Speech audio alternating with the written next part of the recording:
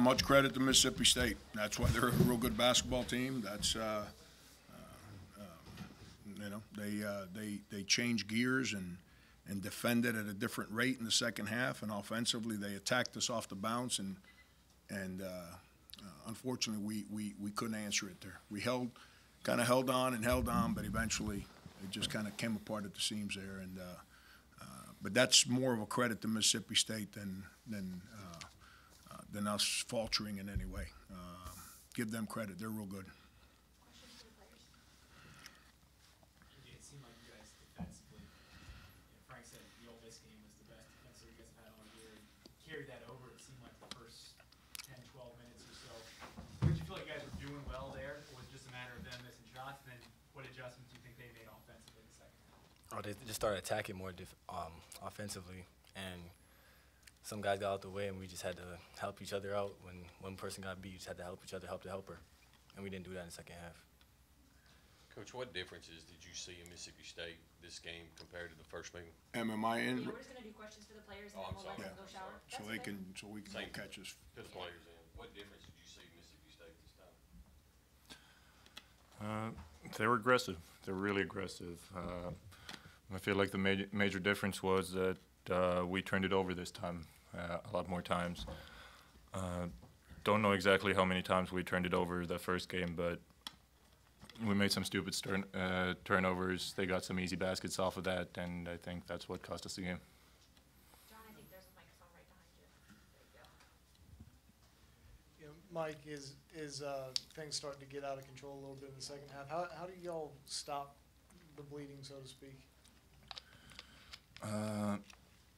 Me, Chris, Sonia, Trey have to be better leaders. We need to make ourselves come together as a team more, need to calm it down, take control of the game. AJ, the last play of the first half obviously swung some momentum back toward them. Just what kind of take us through that and the steal and then their layup on the other end? I should just passed the ball earlier instead of kept dribbling the ball, and that's how they got the steal off of me. And then when they dunked, they got momentum, and it brought it over to the second half. Anything else for the players?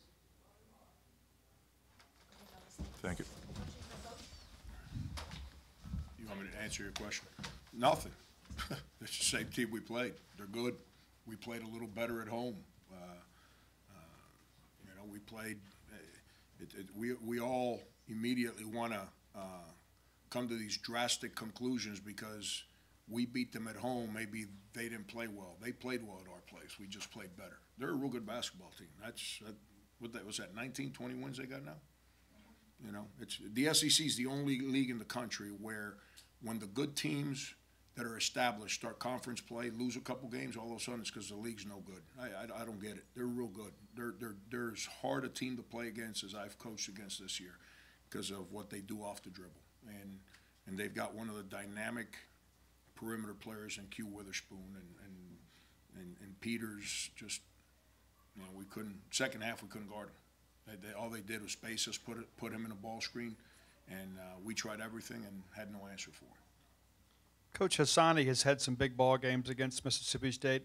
Not really a factor tonight. What were you seeing from him? Yeah, he wasn't very. I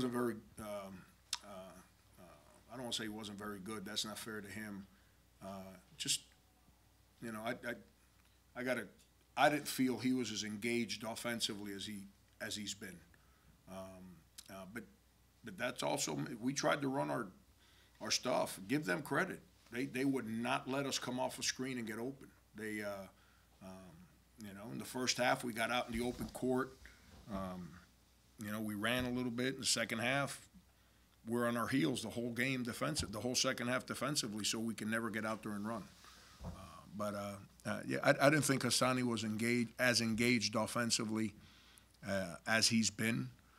But once again, I don't want to sit here and try and take stuff away from our guys. We were on the road, and we played a real good team on their home court.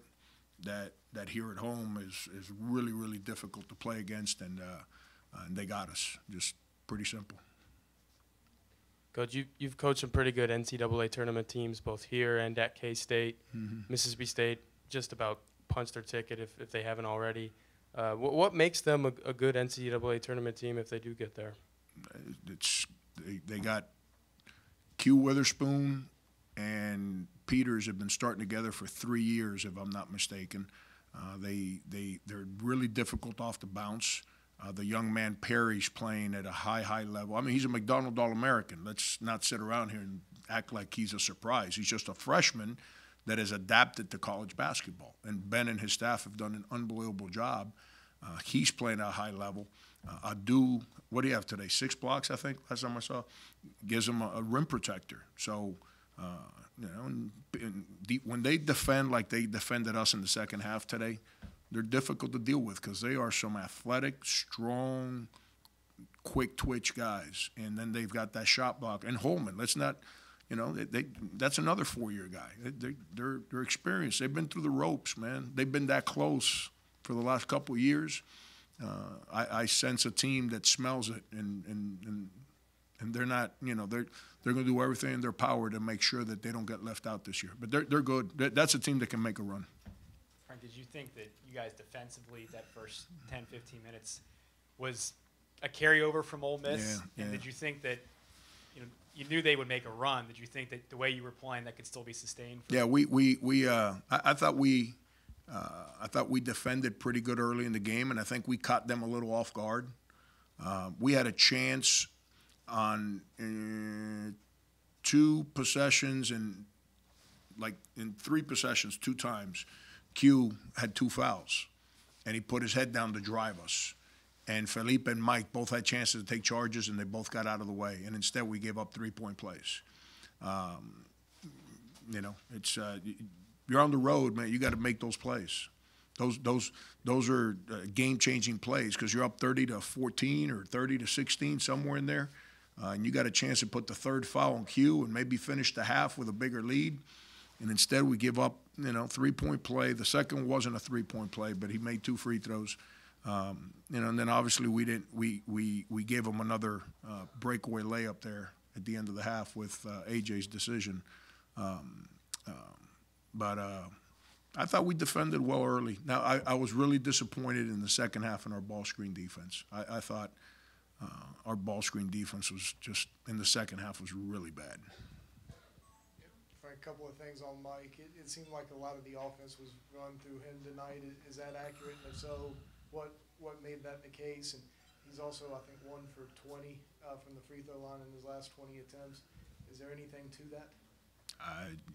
I'd tell you what I just told him in the locker room, but it wouldn't be fair to him. So he practiced really aggressive offensively the last couple of days. You saw the way he played our last game offensively.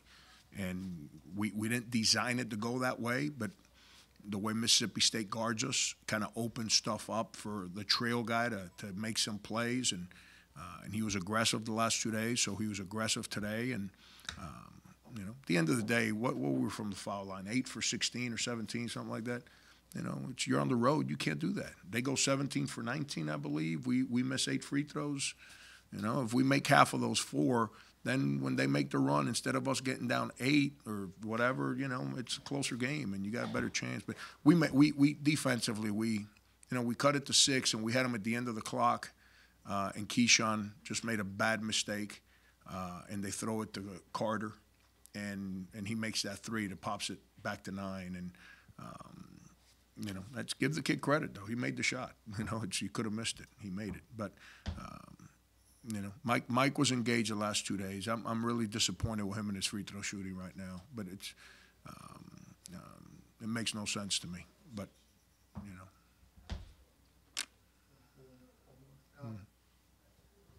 With Chris, I know you don't like discussing playing time, in and out, rotation, that kind of thing. But he didn't play much the last 8 minutes. I know part of it was foul trouble. Was there anything else going on? Yeah, I put him in the game there, coming out of the time. Put him in. I don't remember what the time on the clock was. And I told those guys what I wanted to run coming out of a timeout, and he chose to run his own play and break our play off. So I'm not dealing with that. I don't care how good a player he is. I don't care how many years. He didn't play well today. Had nothing to do with foul trouble today. But we come out of a timeout, and my freshmen execute what I call. I expect him to execute what I call too.